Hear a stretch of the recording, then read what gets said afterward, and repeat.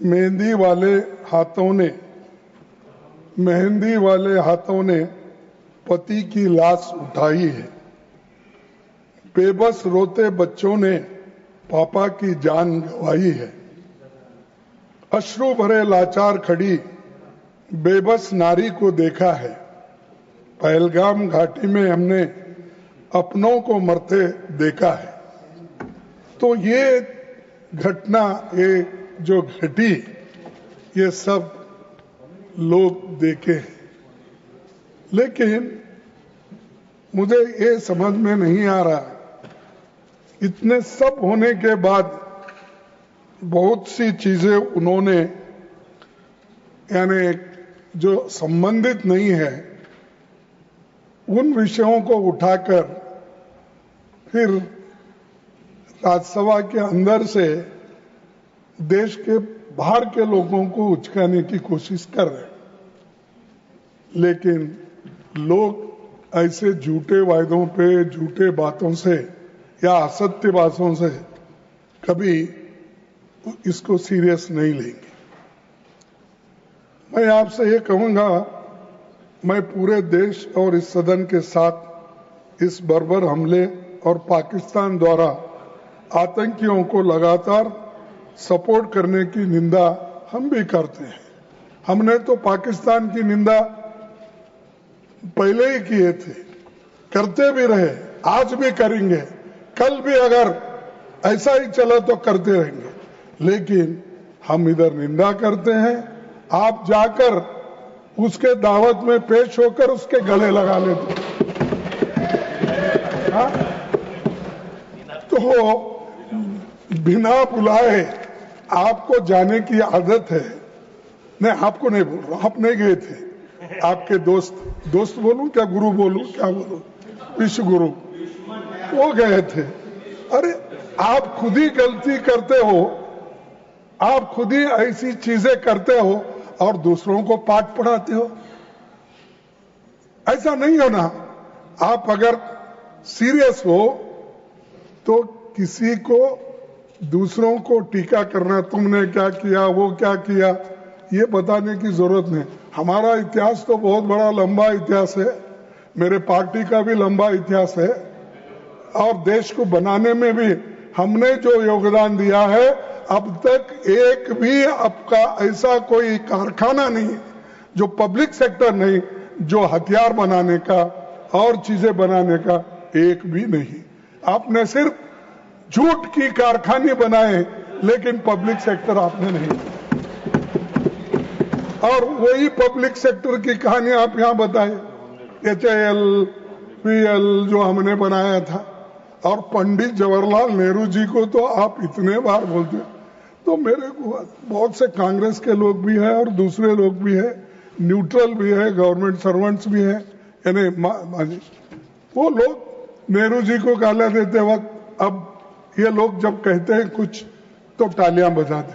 अरे एक जमाने में आप जब बच्चे थे, स्टूडेंट थे, तो 14 नवंबर को ये लोग ये कहते थे, चाचा नेहरू आए, चाचा नेहरू आए, यही लोग बोलते थे।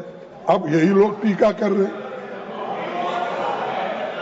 और यही टीका कर रहे हैं, अरे मुझे सब मानो, आप कहां थे। तो ये लोग सर, तो ऐसा किसी का अपमान करने से आप कोई साधते नहीं, कोई आप अचीव नहीं करते।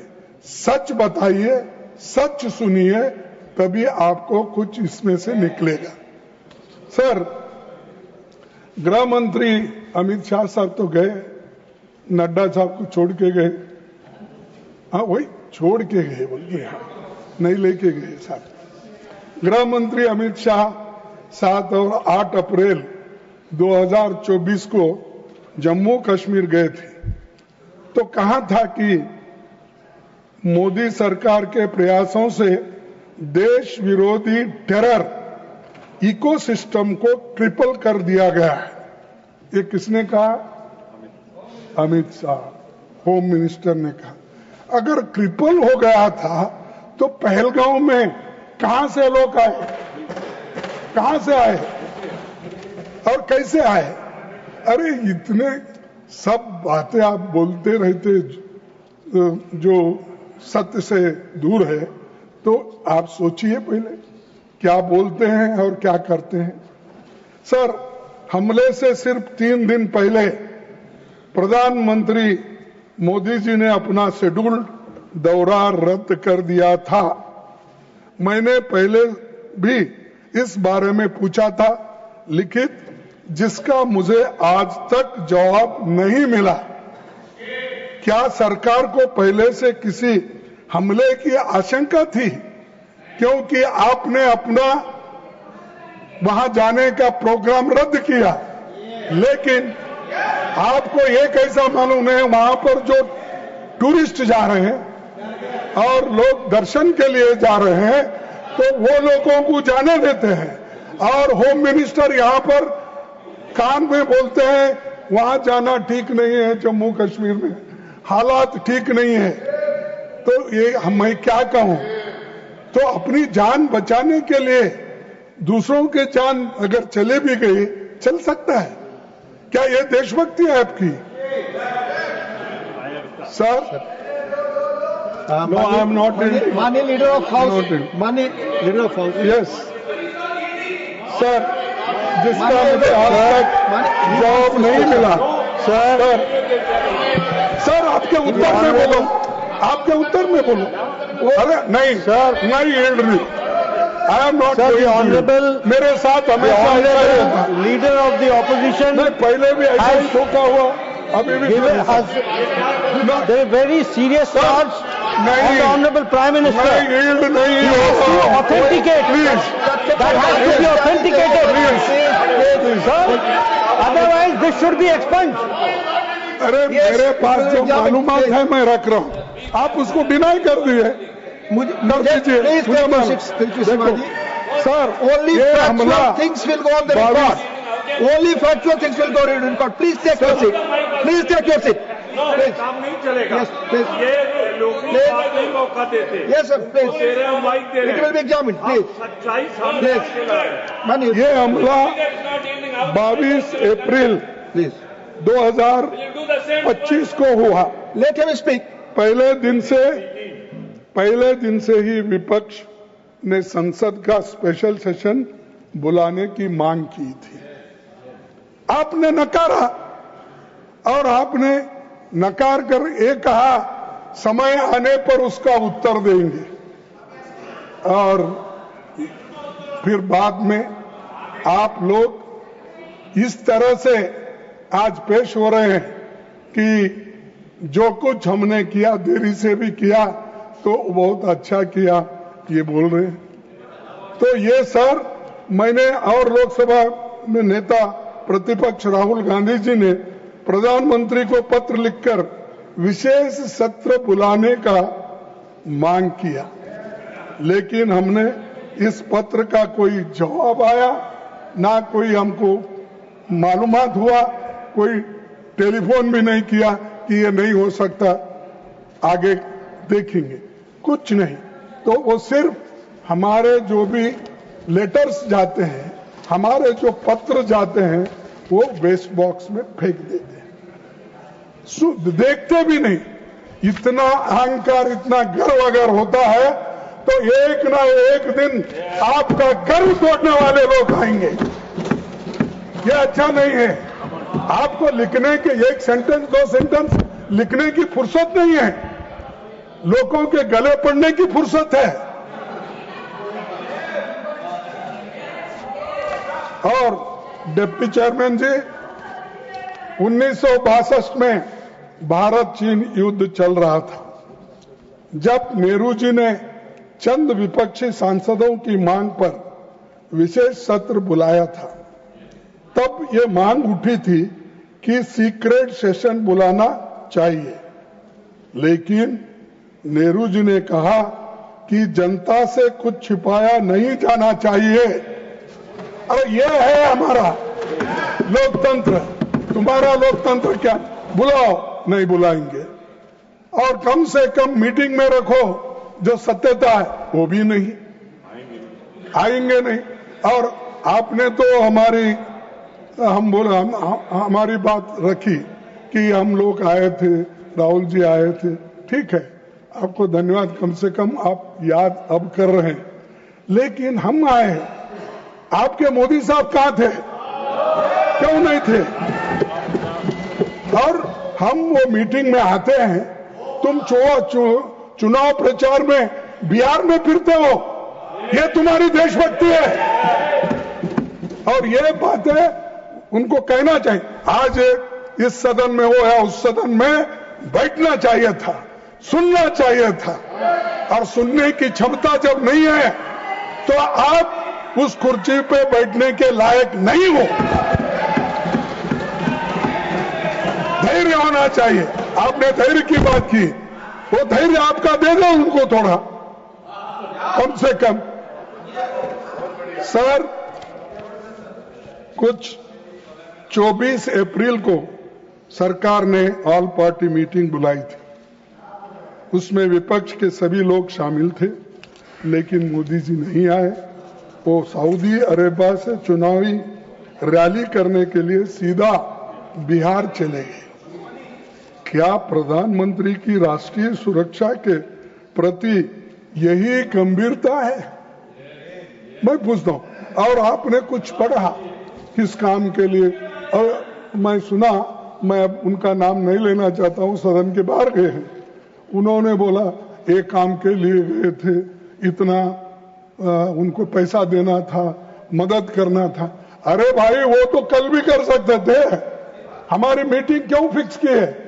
उनके बगैर तो आप नहीं करते। जब आपने देश की रक्षा महत्व है, क्या आपके वहां जाकर पार्टी का प्रचार करना महत्व है?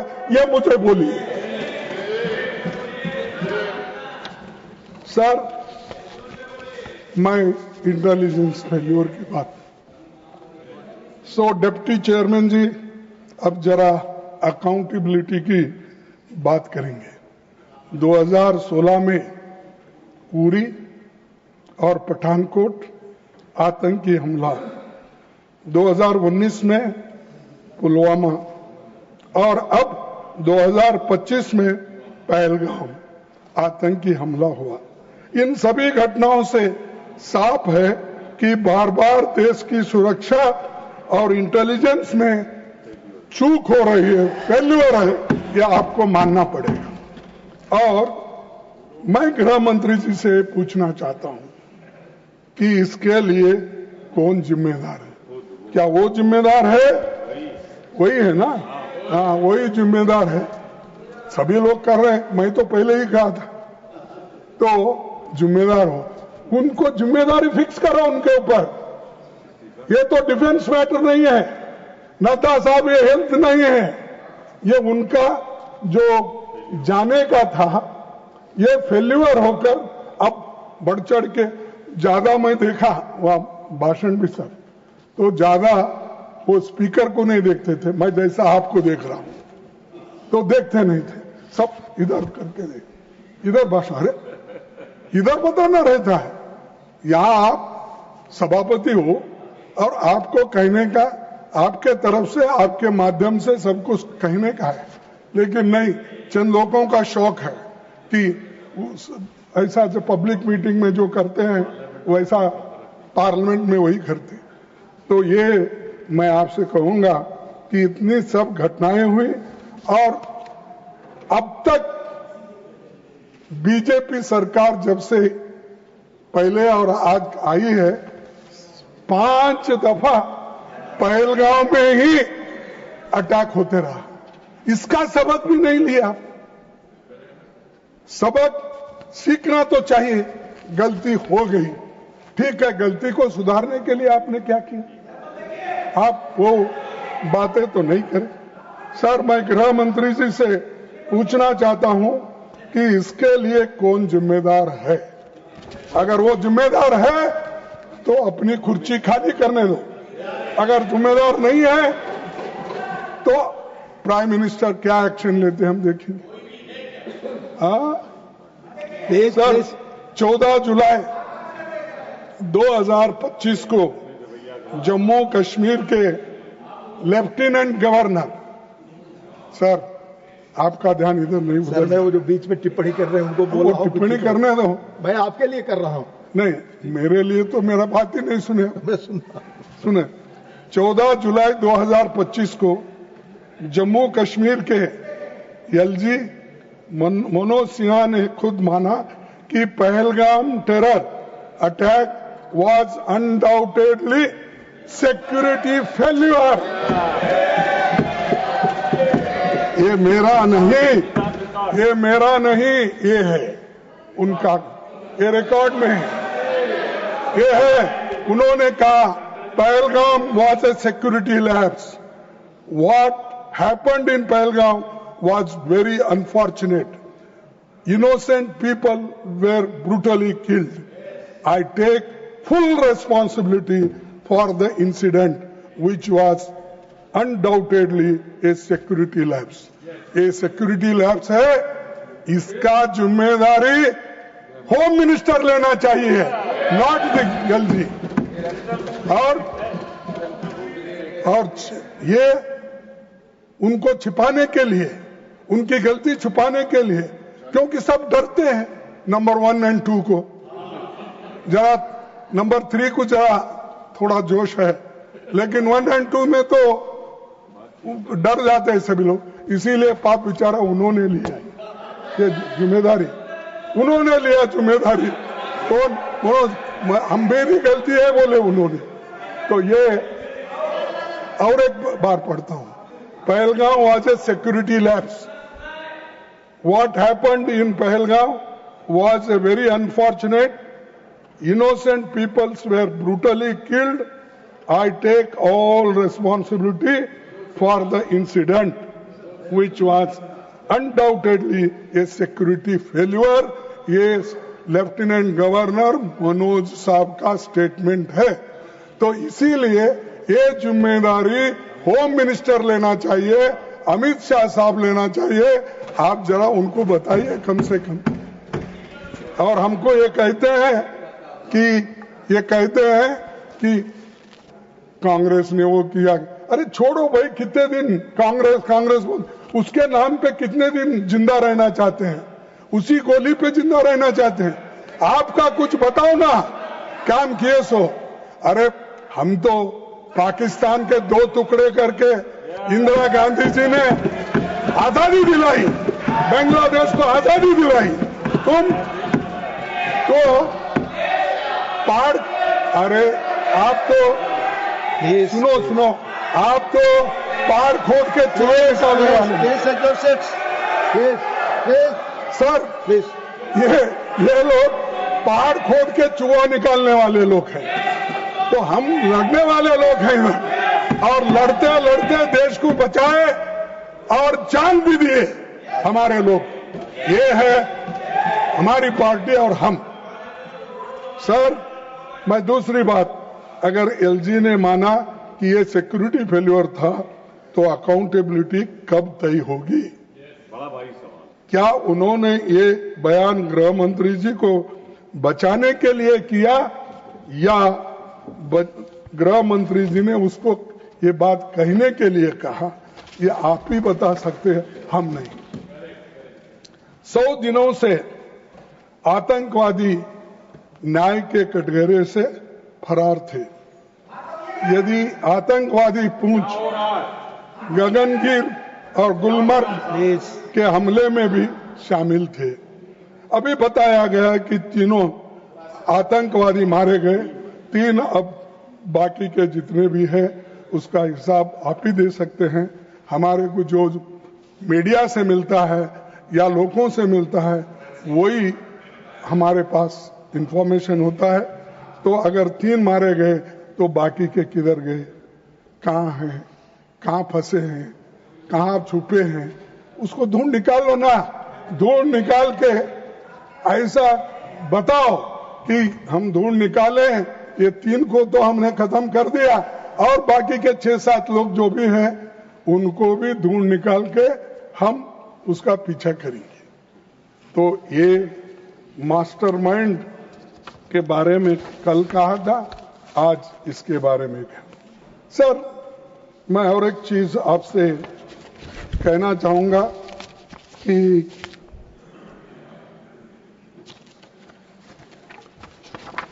डिप्टी चेयरमैन जी, अब मैं ऑपरेशन सिंदूर पर आता हूं। कांग्रेस पार्टी हमारे सशस्त्र बलों, आर्मड फोर्सेस पर गर्व करती है और उनके शौर्य और बहादुरी को सलाम करती है। यहां मैं ये भी कहना चाहूंगा कि पूरा देश एकजुट खड़ा रहा। हमारी कांग्रेस पार्टी ने, नेताओं ने, देश भर पूरे अपोजिशन ने सब मिलकर, इंडिया गठबंधन से लेकर जितने भी इंडिपेंडेंट, सभी ने सेना के समर्थन में, सेना के सम्मान में जय हिंद का यात्रा हमने निकाला, क्योंकि आर्मी को सपोर्ट करने के लिए, उसको हिम्मत देने के लिए। मैं और एक बात कहूंगा, हमने 7 मई की CWC की बैठक में प्रस्ताव पारित किया था। ये राजनीति करने का समय नहीं है। हमने कहा ये राजनीति करने का समय नहीं है, बल्कि देश की एकजुटता, दृढ़ता और राष्ट्रीय संकल्प दिखाने का समय है। भारत एकजुट है और किसी भी परिस्थिति में उसकी एकता को कमजोर नहीं किया जा सकता। ये हमने आपको सपोर्ट किया, हमने कहा, आपका साथ दिए। देश के हित में हमने हर कदम पर सरकार को सपोर्ट किया। हम लोग देश की एकता और एकजुटता के लिए सरकार के साथ खड़े थे। लेकिन मोदी जी विपक्ष पार्टियों के खिलाफ चुनावी भाषण करते फिरते हैं, जब हम लोग एकजुट होकर उनको सपोर्ट करते हैं। सिर्फ 4 दिनों में पाकिस्तान की फायरिंग से जम्मू के पुंछ और राजौरी में 27 भारतीय नागरिक, जिनमें 5 बच्चे भी शामिल थे, मारे गए और 70 घायल हो गए उस वक्त। और इन लोगों को सुरक्षित स्थान पर पहुंचाया जा सकता था, लेकिन सरकार ने देर की और उन्हें बचाने के लिए ठोस प्रयास नहीं किया गया। तो 10 मई को युद्ध विराम की घोषणा की गई। उसके बाद क्या हुआ मैं बताना चाहता हूं। उसके बाद में बीजेपी के एक राज्यसभा सांसद ने कहा, पहलगाम हमले में जो शहीद हुई उनकी पत्नियों में वीरांगना जैसा भाव नहीं था। उनकी पत्नियों में वीरांगना जैसा भाव नहीं था, इसीलिए वो हाथ जोड़ रही थी, गिड़गिड़ा रही थी। ये है आपकी महिला के प्रति आपकी सोच और संवेदनशीलता। अरे एक महिला अगर रो रही है, गिड़गिड़ा रही है अपने पति के जो उसमें मरने के बाद, उनको ये कहते हैं। अरे एक लीडर, एक बीजेपी का नेता, ऐसे लोगों को कान पकड़ के बाहर निकालो। क्यों रखते हो? उससे बुरा नाम आपको भी आता है, देश को आता है, और लोग भी यही कहते हैं कि देखिए पार्लियामेंट में ऐसा होता है, कहते हैं तो फिर ऐसे लोगों के ऊपर कोई एक्शन नहीं लेता है। पार्लियामेंट के बाहर ऐसा होने के बाद भी नहीं लेते हैं, और हमको कहते हैं पार्लियामेंट में ऐसा चीज क्यों नहीं उठाते, आप देश को क्यों नहीं बताते।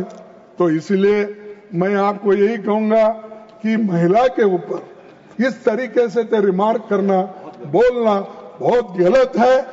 इसके लिए उनको आप पार्टी के ओर से सजा देना चाहिए। सर, मध्य प्रदेश के एक मंत्री ने भारतीय सेना की स्पोर्ट्स वुमेन का अपमान करते हुए कहा, जिन्होंने हमारी बेटियों के सिंदूर उजाड़े थे। बोलो साहब, क्योंकि आप बहुत बात कर रहे, पैसे की बात कर रहे शायद, बजट तो, लेकिन मेरा भी एक थोड़ा सुने तो अच्छा होगा। नहीं, 2 कान तो नहीं हो सकते, एक ही तरफ से हो सकते। तो 2 ही भी, एक तो मेरे लिए, एक उनके लिए। सर, जिन्होंने हमारी बेटियों के सिंदूर उजाड़े थे, उन कटपिटे लोगों को हमने उसी की बहन भेजकर ही उनकी ऐसी की तैसी की।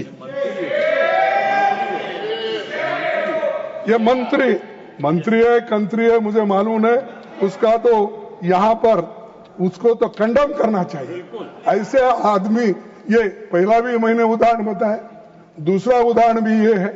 तो ये चीजें आपके पीछे होते हैं। तो जब तक आप अपने लोगों को काबू में नहीं रखते, कंट्रोल नहीं करते, वैसा रिएक्शन दूसरे की तरफ भी आता है। और दूसरे के तरफ से अगर ऐसा रिएक्शन कोई आया तो आप क्या कहते हैं? देशद्रोही। देशभक्ति नहीं इनमें, सिर्फ देशभक्ति का गुत्ता तुमने ही लिया, पूरा कॉन्ट्रैक्ट लिया तुमने, बाकी के पास किसी के पास खून नहीं। खैर मेरे खून बहता है, लेकिन अंदर सिंदूर डाले तो खराब हो जाता, नहीं मुश्किल होता ना। तो सिंदूर तो सौभाग्य बचाने माँ इससे करते हैं। तो ये जहां जो कुछ बोलना आता है उसको जोड़ के बोलते जाते हैं। सर, उन कटे पिटे लोगों को हमने उनकी बहन भेजकर ही उनकी ऐसी तैसी की। कल ही सुप्रीम कोर्ट ने इस मंत्री के कड़े शब्दों में निंदा की और खंडन किया। क्या लड्डा साहब आप इसको बाहर निकालेंगे? जब सुप्रीम कोर्ट ने अगर खंडन किया है हाँ अब हाँ बोल रहे, इसीलिए थैंक यू वेरी मच। हाँ नहीं, अब सुप्रीम कोर्ट एक मंत्री को अगर ये कहता है और उसको कंडम करता है तो आप तो इजीली उसको निकाल दो, दूसरे को लाओ। आपके पास तो इतने भरे हुए लोग हैं और भाग रहे। आपके ईडी, सीबीआई या इनकम टैक्स को देखकर भागत, उसमें से किसी को करो।